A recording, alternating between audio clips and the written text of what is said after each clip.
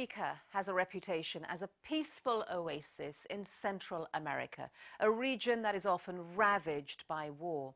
It's also proud of its rainforests and animal life. But the lure of gold is putting the country's environmental policies to the test. A land of beauty.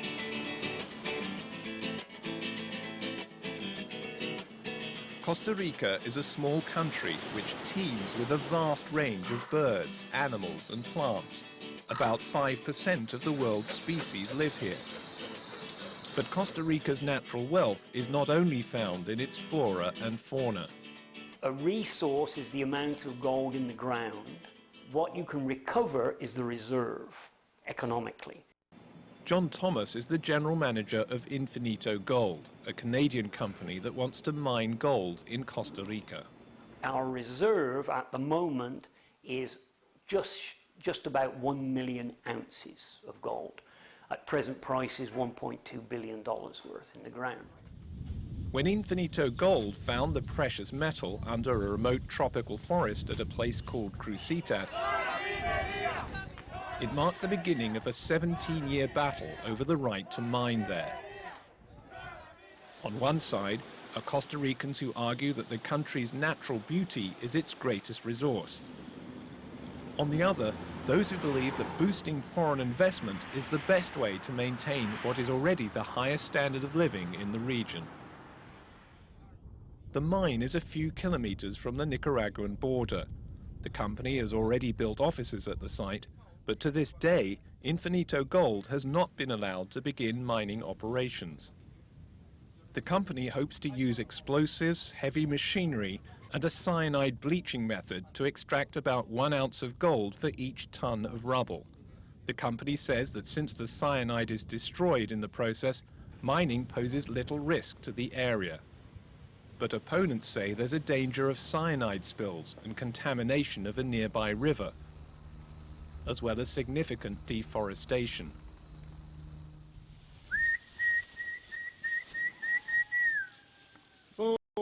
But those risks don't dissuade the mine supporters in Crucitas itself.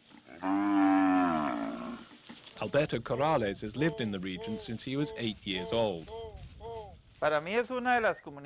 For me, this is one of the best communities that I've ever known. But there's a lot of pain because so many people, including my nieces and nephews and brothers, have been forced to leave for the cities because they just can't find any work around here.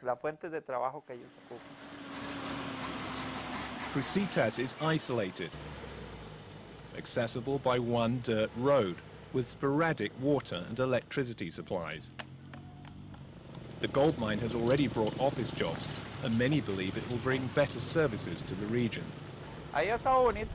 The mine has been good at providing a lot of opportunities for youth and the community to get training.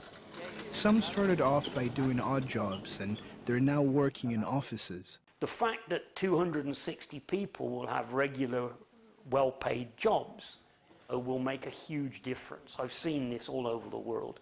To my mind, the benefits are very, very great for everyone. But many Costa Ricans disagree. Heavy metal open pit mining is one of the worst industries for the environment. Carlos Murillo is part of a large coalition of Costa Rican environmentalists who've spent the last 17 years fighting the mine. Not only does mining contaminate the atmosphere and air, but the soil and underground aquifers, which is like contaminating life itself. For nearly 40 years, Carlos has been campaigning for the environment. As a young man, he opposed destructive logging practices. Then he led a national campaign to halt an open-pit sulfur mine, laying the foundation for that land to become a national park. When environmentalists first heard about foreign gold exploration in the Crucitas region, Carlos did what he's always done. He turned to his family, all of them activists like himself. Douglas Murillo is Carlos's son and an attorney. Estamos en un país tan pequeño como Costa Rica. Costa Rica is so small, one of the world's smallest countries.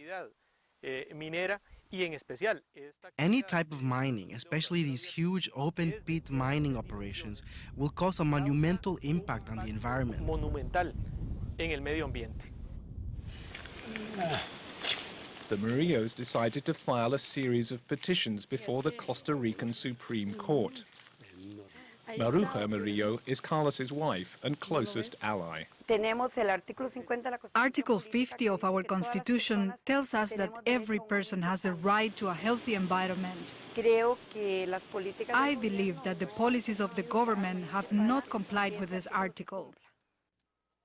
In 2004, the Costa Rican Supreme Court sided with the Murillo family and ruled that Infinito Gold could not go ahead with mining at Crucitas.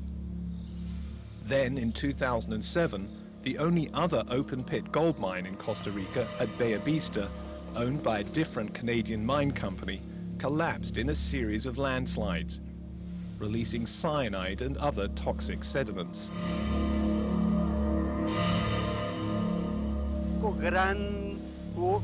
The contaminated waters came rushing down, and the only thing the company did was to take their equipment and leave the country. And to this day, the government still hasn't filed a lawsuit against the company. But this blow to the mining industry didn't mean the end of government backing for Infinito Gold's project. In 2008, less than 6 months after the Bellavista collapse, Costa Rica's Nobel Prize-winning former president, Oscar Arias, declared the Crucitas gold mine a project of public interest and national convenience, a special designation usually reserved for projects like the construction of a highway or a hospital. Within hours of getting this special designation, Infinito Gold began felling trees at Crucitas.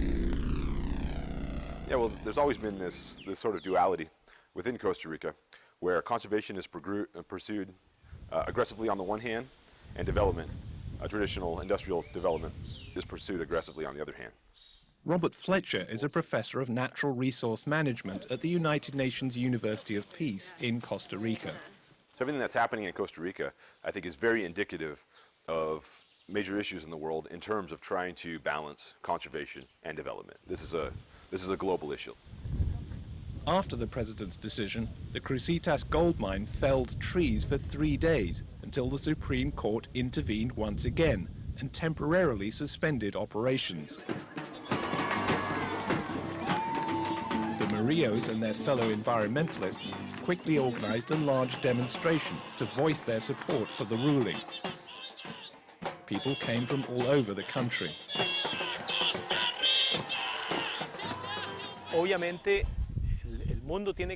Obviously, the world is going to develop. Our country is going to develop. But a mining project where there will be trucks, where there will be excavations and cyanide to get at a mineral that Costa Rica doesn't need and won't even stay in our country. For us, that's not development.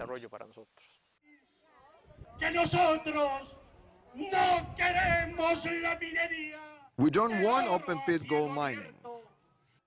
But Infinito Gold's John Thomas says that Costa Ricans will see benefits from the project. Now they're going to get over $200 million, the federal government, over $200 million of tax over the life of the mine.